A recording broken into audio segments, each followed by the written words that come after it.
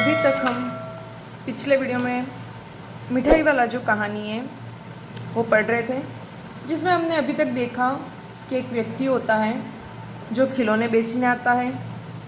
बच्चों को वो बिल्कुल सस्ते दामों पर अपने खिलौने बेचता है और बच्चों से बहुत ही प्रेम पूर्वक उनकी मर्ज़ी के हिसाब से उनसे बात करके उनकी पसंदीदा खिलौने उनको देता है।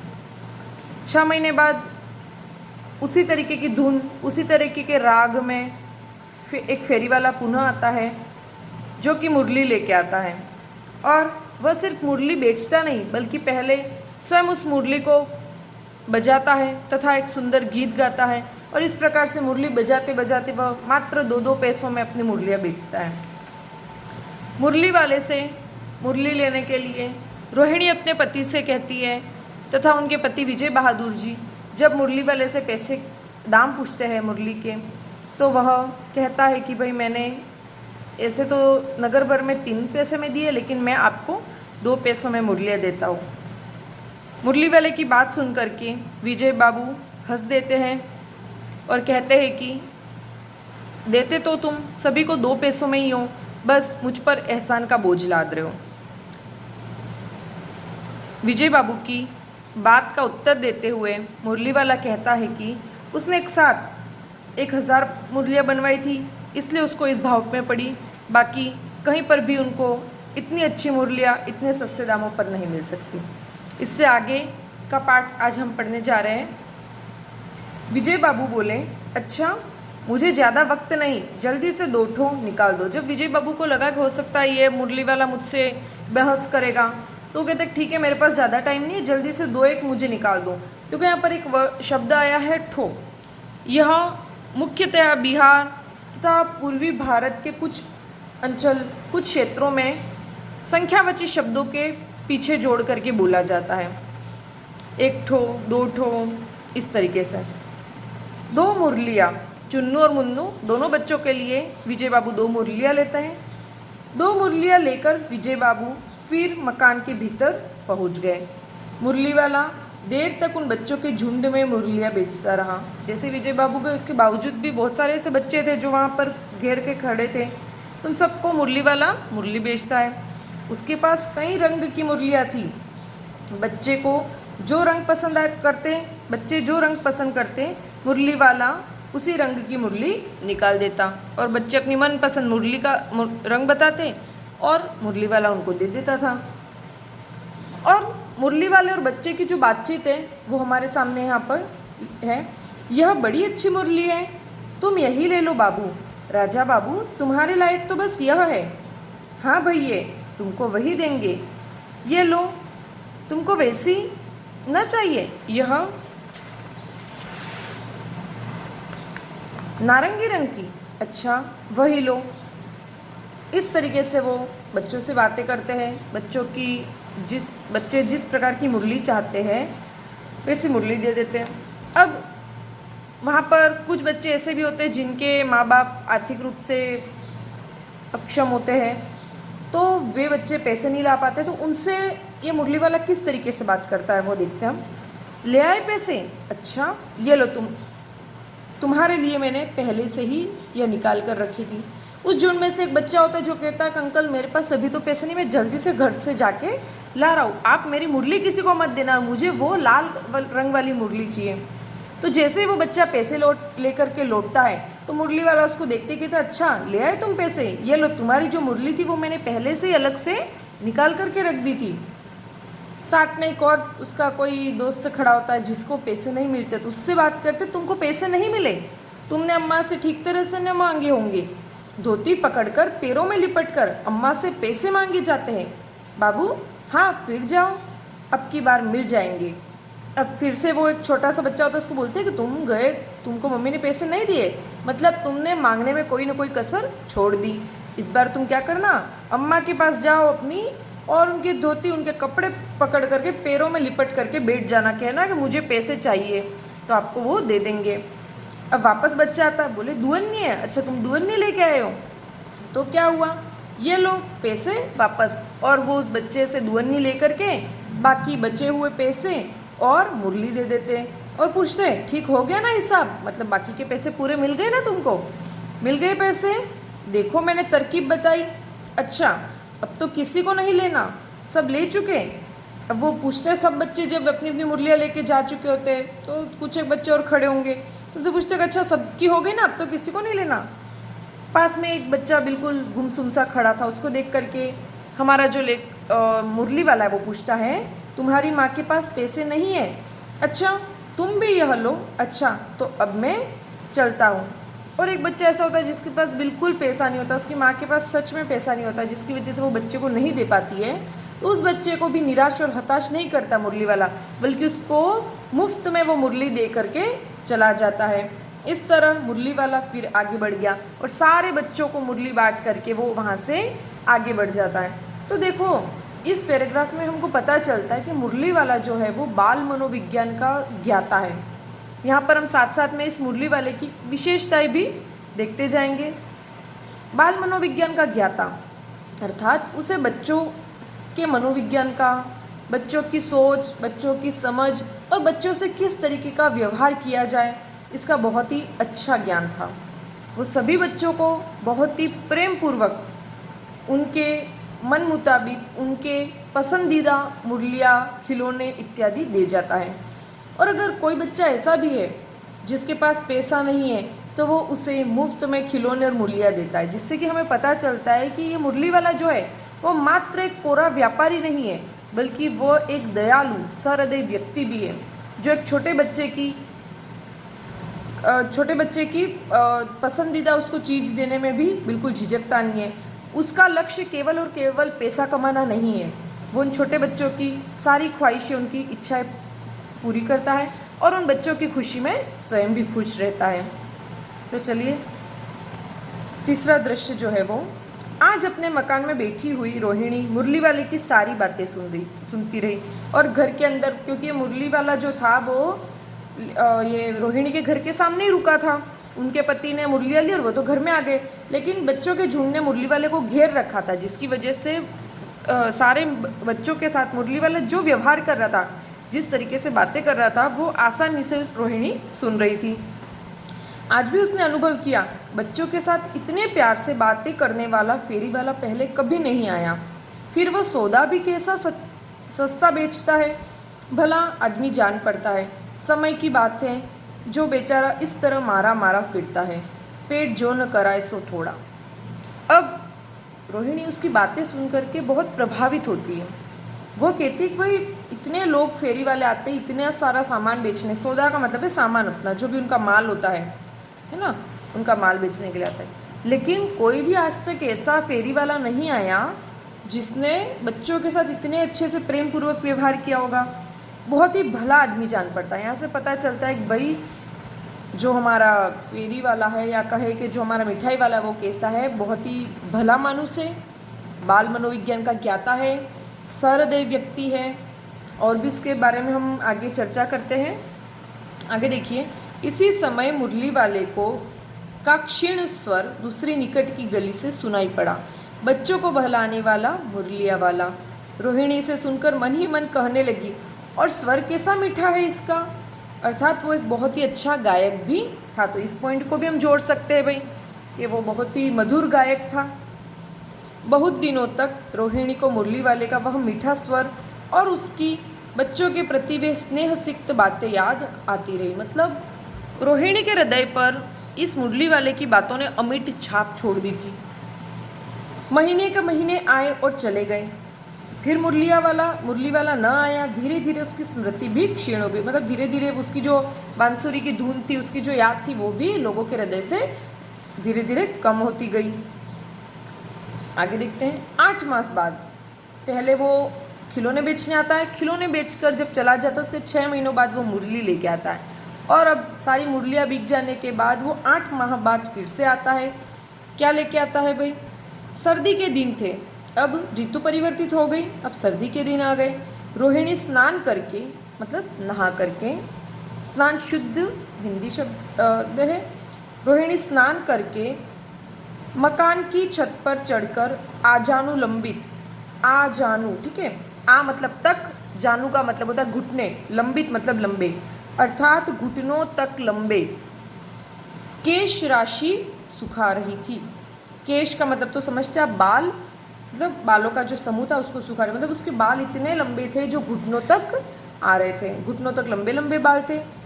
तो आपको ये आजानुलंबित याद रखना चाहिए। वाक्यांश के लिए एक शब्द में पूछता है कि घुटनों तक लंबे, उसको क्या कहेंगे वाक्यांश में? एक तो आजानुलंबित, जिसे कहते हैं ना आजानुबाहु, घुटनों तक लंबी बाहें, भुजाएं, ऐसी भुजाएं जो घुटनों तक लंबी हो, उसको कहते हैं आजानुबाहु। तो यहाँ पर आजानुलंबित केश राशि के घुटनों तक लंबे जो बाल थे उनको सुखा रही थी। इस समय नीचे की गली में सुनाई पड़ा बच्चों को बहलाने वाला मिठाई वाला, अर्थात इस बार वो मिठाई लेके आया था। मिठाई वाले का स्वर उसके लिए परिचित था क्योंकि वो धुन, वो राग वही था।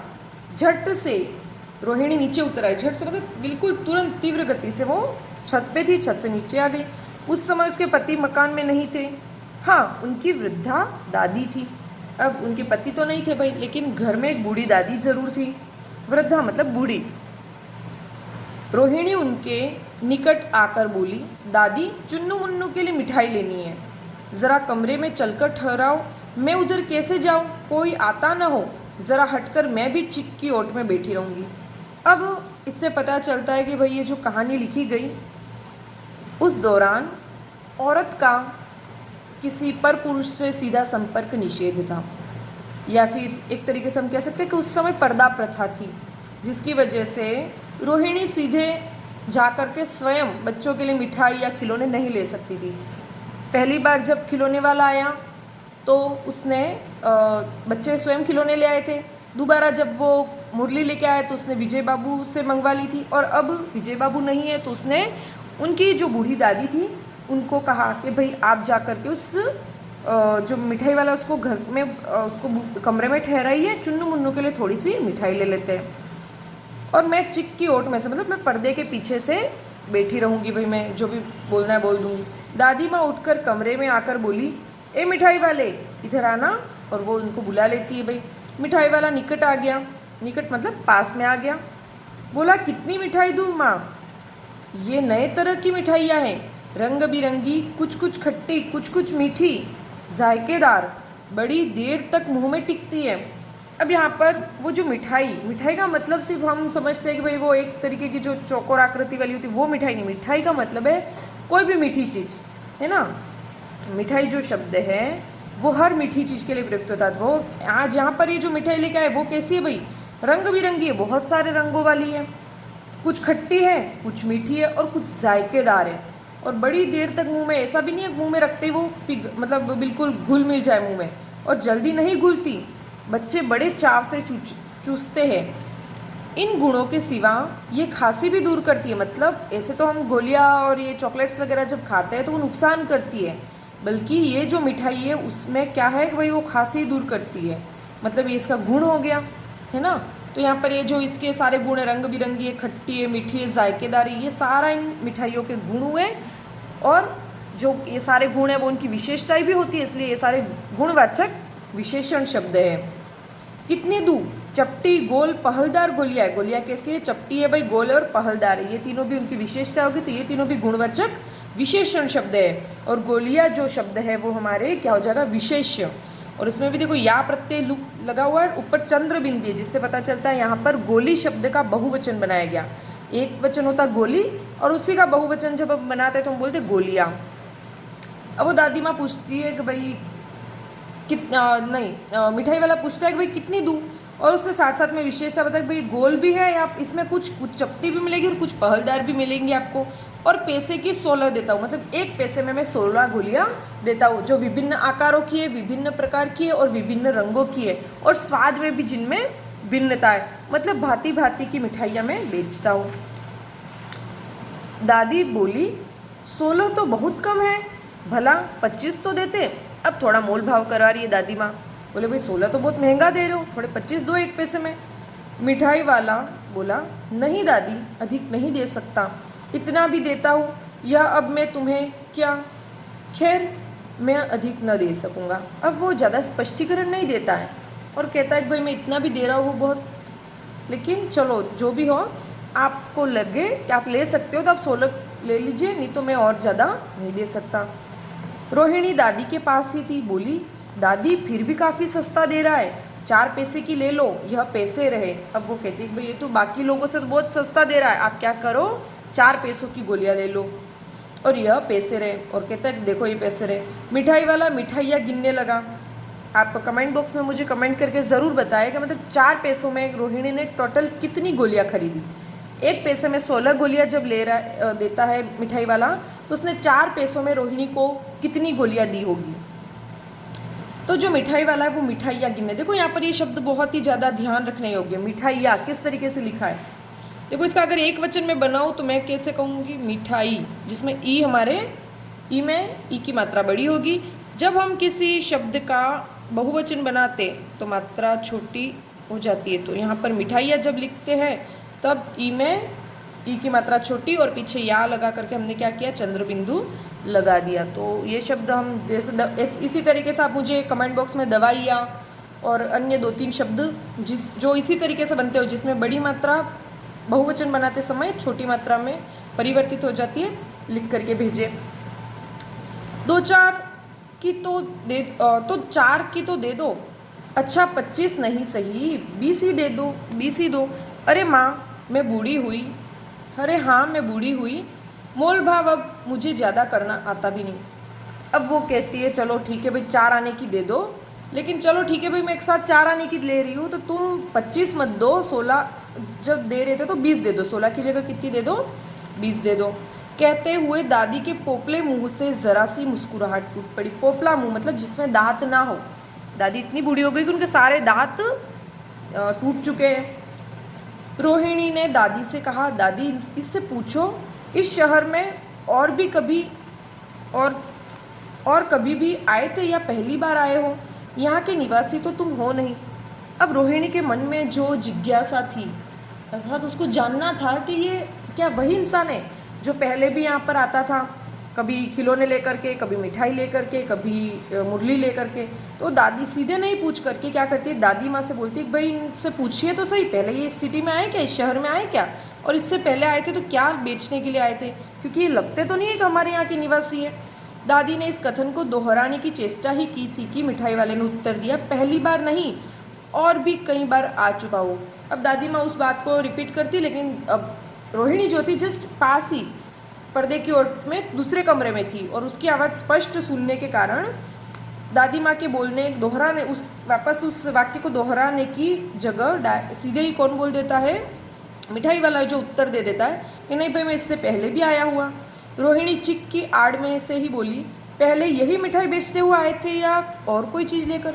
अब रोहिणी की जो मन में जिज्ञासा थी वो और भी ज़्यादा बढ़ने लगती है, कहते भाई यही मिठाई लेके आते थे क्या कुछ और लेके। मिठाई वाला हर्ष, संशय और विस्मयादि भावों में डूबकर बोला, इससे पहले मुरली लेकर आया था और उससे भी पहले खिलौने लेकर। अब मुरली वाले को थोड़ी तो खुशी होती है, थोड़ा सा संशय मतलब डाउट भी होता है उसको, और थोड़ा सा विस्मय आश्चर्य भी होता है कि भाई ये क्यों पूछ रही है ये महिला मुझसे इतने सारे प्रश्न। वो बोलता है कि नहीं भाई मैं इससे पहले 2 बार आया था, इससे पहले मुरली और मुरली से पहले मैंने खिलौने बेचे थे इसी जगह। रोहिणी का अनुमान ठीक निकला, मतलब रोहिणी बोल रही है कि वो सोचती मैंने सही पहचाना, मतलब ये वही व्यक्ति है। अब तो वह उससे और भी कुछ बातें पूछने के लिए अस्थिर हो उठी, मतलब चंचल हो उठी, उसके मन पर उसका नियंत्रण नहीं रहा, वो जितना पूछना चाहती थी वो सारी पूछने के लिए वो चीज़ें बेहद वो उत्साहित हो गई। वह बोली, इन व्यवसायों में भला तुम्हें क्या मिलता होगा। बोले तुम इतने सस्ते दामों पर अपना व्यापार करते हो, तुम्हें इससे क्या मिलता है। वह बोला, मिलता भला क्या है, यही खाने भर को मिल जाता है, कभी नहीं भी मिलता, पर हाँ संतोष, धीरज और कभी कभी असीम सुख ज़रूर मिलता है, और यही मैं चाहता भी हूँ। देखो बहुत बड़ी बात है, हर व्यापारी व्यापार के बदले में मुनाफा चाहता है, धन चाहता है, वो चाहता है कि उस व्यापार से उसे ज़्यादा से ज़्यादा कमाई हो, उसकी ज़्यादा से ज़्यादा उसको लाभ हो। कोई भी व्यापारी नुकसान उठा करके कभी भी अपना व्यापार नहीं करता है, लेकिन ये अनोखा व्यापारी कैसे अनोखा है, ये कहता है कि भाई मुझे कभी तो खाने भर की वापस मिल जाता है कमाई, और कभी कभी तो नुकसान भी होता है, कभी वो भी नहीं मिलता है, लेकिन हाँ मुझे संतोष मिलता है, धैर्य मिलता है, धीरज मिलता है, और बहुत ज़्यादा असीम, जिसकी कोई सीमा नहीं है। असीम किसको कहते हैं, जिसकी कोई सीमा न हो, ऐसा सुख मिलता है। और जो फेरी वाला है उसका उद्देश्य भी यही है कि वो संतोष, धैर्य और सुख प्राप्त करें। सो कैसे, यह भी बताओ। वो बोलते भाई ऐसे कैसे, हर फेरी वाला तो भाई पैसा चाहता है, तुमको पैसा नहीं चाह करके बदले में तुम भाई सुख, धीरज और संतोष चाहते हो, ऐसा कैसे। अब व्यर्थ उन बातों की क्यों चर्चा करो। देखो व्यर्थ जो शब्द है उसमें उपसर्ग धन अर्थ इस तरीके से बनता है व्यर्थ, और यहाँ पर एक संधि हुई है जो है यण संधि, ठीक है। तो विधन अर्थ से बनता हमारा व्यर्थ शब्द। तो कहते कि भाई तुम ऐसी व्यर्थ की बातों, मतलब जो बेकार की फालतू की बातों, उनकी क्यों चर्चा करें हम, उन्हें आप जाने दो। मतलब वो बताना नहीं चाहता है। उन बातों को सुनकर आपको दुख ही होगा। क्यों, क्योंकि सच में वो बातें बहुत ही ज़्यादा दुखद है, वो घटना बहुत दुखद है, जिसके कारण मिठाई वाला स्वयं भी दुखी होगा, और उन बातों को सुनकर के वो जानता था कि रोहिणी स्वयं भी दुखी हो जाएगी। लेकिन रोहिणी उससे कहती है जब इतना बताया है तब और भी बता दो, मैं बहुत उत्सुक हूँ, मतलब मुझे बहुत जानना, मेरे मन में इच्छा है कि मैं जान लूँ। तुम्हारा हर्जा ना होगा, मतलब तुम्हारा नुकसान नहीं होगा, तुम यहाँ बैठे रहोगे भाई, कहीं गली में आप ये चीज़ बेचते, तुम्हारे 2 पैसे का मुनाफा होता। मिठाई मैं और भी ले लूँगी, कि तुम्हारा मैं नुकसान नहीं होने दूंगी, मैं तुम्हारे से और भी मिठाइयाँ ले लूँगी, लेकिन तुम पूरी बात करके ही जाओ। अतिशय मतलब बहुत ही अधिक, गंभीरता मतलब बिल्कुल गंभीर होकर के, यहाँ पर ता प्रत्यय जुड़ा हुआ है, ठीक है। शब्द के पीछे प्रत्यय जुड़ते हैं और शब्द के आगे उपसर्ग। तो अतिशय गंभीरता के साथ मिठाई वाले ने कहा, देखो आगे उपसर्ग पीछे प्रत्यय पीपी, और आप आगे और इस तरीके से जोड़ के सीख सकते हो इजीली, कि आपको याद रहेगा कि भाई उपसर्ग कहाँ लगते तो आगे लगते हैं, और प्रत्यय पीछे पी पी दोनों चीज़ें। तो अतिशय गंभीरता के साथ, मतलब बहुत ही ज़्यादा गंभीर हो गया था वो।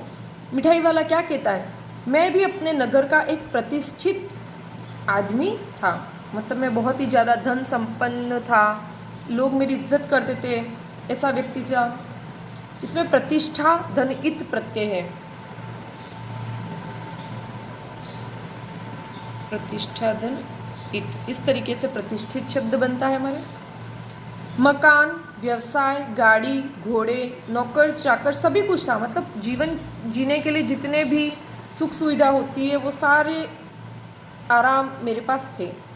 स्त्री थी, छोटे छोटे 2 बच्चे भी थे, मेरी शादी हो चुकी थी, मेरी पत्नी थी और मेरे 2 बच्चे थे। मेरा वह सोने का संसार था, मतलब बहुत ही खुश परिवार था मेरा, मेरे जीवन में सब कुछ था, मानो वो स्वर्ग था। बाहर संपत्ति का वैभव था, भीतर सांसारिक सुख था। बाहर मतलब मेरे जो व्यापार था उसमें बहुत सारी संपत्ति मुझे मिल रही थी, वैभव था, अर्थात मुझे व्यापार में दिन प्रतिदिन उन्नति हो रही थी, मैं धन कमा रहा था। और घर में जब बात करें संसार धन इक, सांसारिक, संसार धन इक प्रत्यय की एक विशेषता है, ये जब भी जुड़ता है तो आगे वाला जो पहला शब्द, किसी भी शब्द का जो पहला वर्ण है उसकी मात्रा को बढ़ा देता है। देखो संसार में अ की मात्रा है तो उसको वो क्या कर देगा, आ, तो सन की जगह हो जाएगा सांसारिक। तो इस तरीके से शब्द बनता है हमारे सांसारिक। तो कहता है कि भाई सांसारिक सुख भी बहुत था, मतलब मेरी गृहस्थी जो थी, मेरा घर जो था उसमें भी मुझे अपार सुख था। स्त्री सुंदरी थी, मतलब मेरी बीवी जो थी बहुत ही ज़्यादा सुंदर थी, सुंदरी, ठीक है, यहाँ पर ये विशेषण है। मेरी प्राण थी, मतलब मुझे अपनी पत्नी से बहुत ज़्यादा प्रेम था। बच्चे ऐसे सुंदर थे जैसे सोने के सजीव खिलौने, और मेरे बच्चे इतने ज़्यादा सुंदर थे कि ऐसा लगता था जैसे सोने के जो खिलौने बने हो वो ही जिंदा हो। उनकी अटखेलियों के मारे घर में कोलाहल मचा रहता था। उनकी अटखेलियाँ मतलब वो जब बच्चे मस्ती करते थे, गिरते पड़ते खेलते घूमते रहते थे, तो उनको देख करके पूरे घर में कोलाहल, एक शोरगुल रहता था। समय की गति, मतलब वक्त ऐसा है जो हमेशा बढ़ता रहता है, किसी के रोके नहीं रुकता। विधाता की लीला, मतलब भगवान की मर्जी, अब कोई नहीं है, अर्थात ना तो बच्चे रहे ना बीवी रहे। दादी प्राण निकाले नहीं निकले, इसलिए अपने उन बच्चों की खोज में निकला हूँ। तो बोलते कि मेरे जीवन में सुख ही सुख थे, वैभव ही वैभव था, लेकिन मेरी पत्नी और मेरे दोनों बच्चों की असामयिक मृत्यु।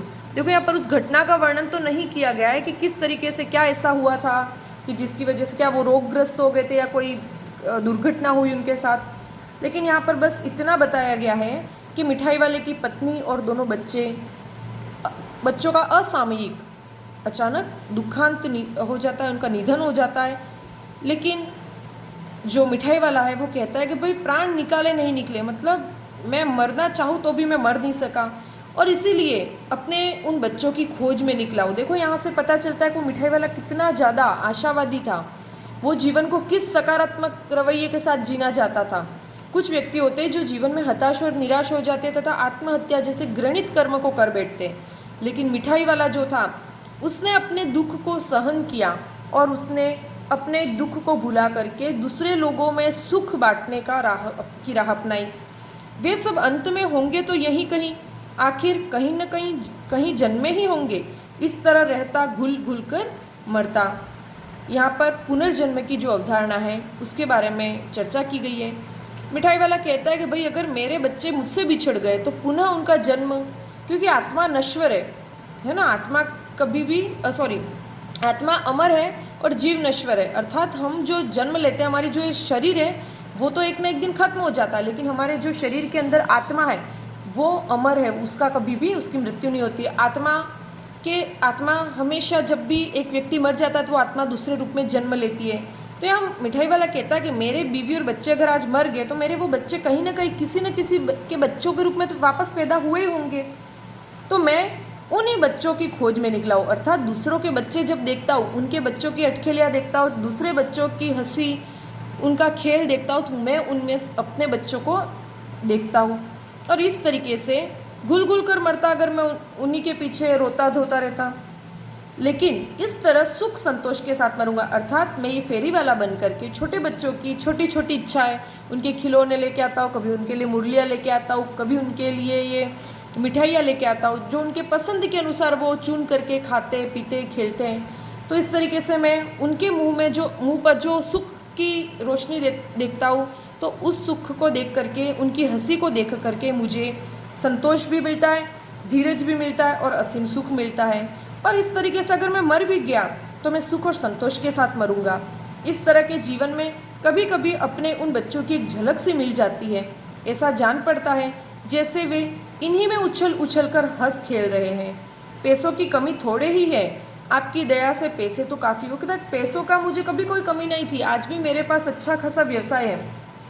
जो नहीं है इस तरह उसी को पा जाता हूँ। जो नहीं है, क्या नहीं है उसके पास अपना एक परिवार नहीं है, उसके पास अपने बच्चे नहीं है, इसलिए उन बच्चों की तलाश में वो दूसरे लोगों के बच्चों को खुश रख करके, दूसरे लोगों के बच्चों की मनोकामनाएं पूर्ण करके अपने बच्चों के सुख को अनुभव करता है। रोहिणी ने अब मिठाई वाले की ओर देखा, उसकी आंखें आंसू से तर थी। मतलब मिठाई वाले की आंखों में आंसू थे, उसकी आंखें आंसू से भर चुकी थी। उसको अपना परिवार और अपना वो जो परिवार से बिछुड़ने का दुख जो था वो याद आ गया। इसी समय चुन्नू मुन्नू आ गए। चुन्नू मुन्नू पास वाले पार्क में खेल रहे होंगे, वहीं से वापस जल्दी से लौट आते। रोहिणी से लिपट कर उसका आंचल पकड़ कर बोले, अम्मा मिठाई। और वो रोहिणी के पास जाकर के लिपट करके उसके पल्लू को पकड़ करके क्या कहते हैं, मम्मा मिठाई दो, मुझसे लो। यह कहकर तत्काल कागज़ की 2 पूड़ियाँ मिठाइयों से भरी मिठाई वाले ने चुन्नू मुन्नू को दे दी।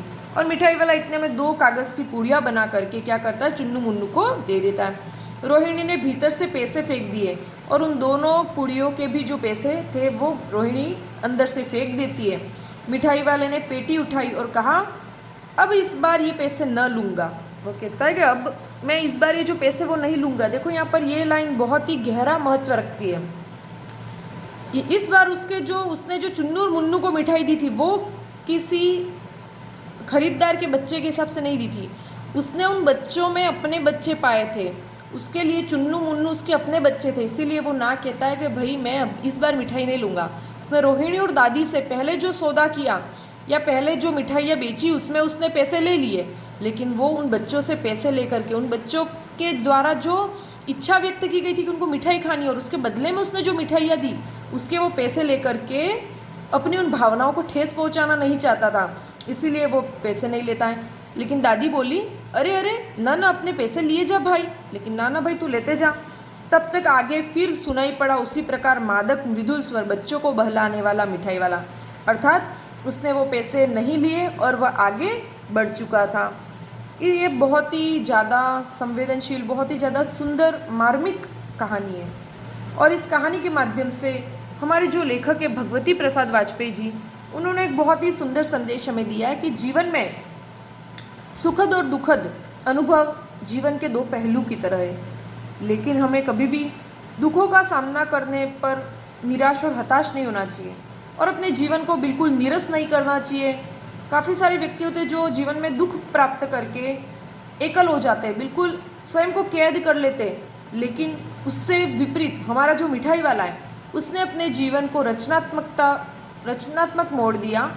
उसने अपने उन बच्चों की खोज में वो निकल गया, बच्चों को छोटी छोटी खुशियाँ दे करके उसे अपने बच्चों की जो कमी थी वो उसने पूरी की।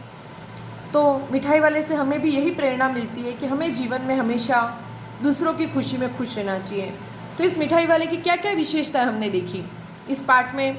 मिठाई वाले की जो विशेषताएं हमने देखी उनको बिंदुगत कर लेते हैं हम। पहला बिंदु हम कह सकते हैं कि वह बाल मनोविज्ञान का ज्ञाता था।